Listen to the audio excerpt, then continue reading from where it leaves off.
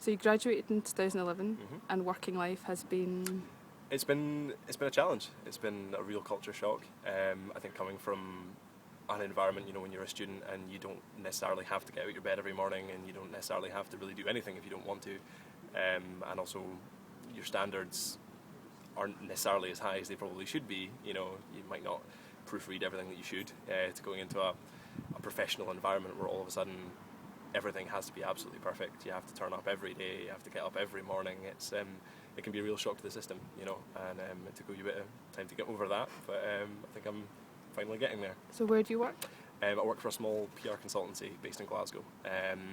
We specialise in the promotion of sport, sporting brands, personalities, and primarily in football, which for me is an absolute dream ticket. I did my dissertation actually in my fourth year to do with football with the SPL, so it's been a nice kind of continuation of that sort of process of working with football, which has been great. Would you ever start your own business?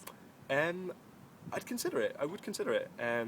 It's something that I'd thought of probably more when I was a student than I have done since I've been a student, simply because I found out that the working world is big and scary and it's a lot of hard work, but it's certainly something I might consider in the future. Would it be a football business, I take it?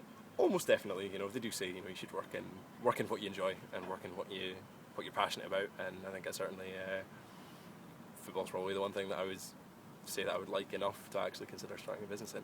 What do you think of the barriers then? What would make you not want to do it?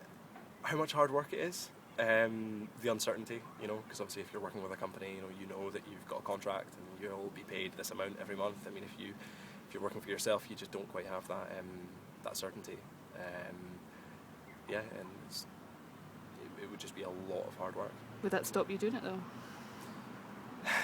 Perhaps for the time being. I mean, I feel like for myself right now, in a career perspective, I mean, I'm taking my first baby steps in what will undoubtedly be a very, very long career until I can finally retire. And for the time being, I'm learning, I'm growing and maturing. I'm getting the experiences I need, making the contacts I need, and it's not something that I would see as realistic for right now. But down the line, you never know. 5 years, 10 years. It's always hard to know. I mean, your circumstances can change so quickly. I mean, I could start a family tomorrow. I mean, not that I'm planning to, but that could happen.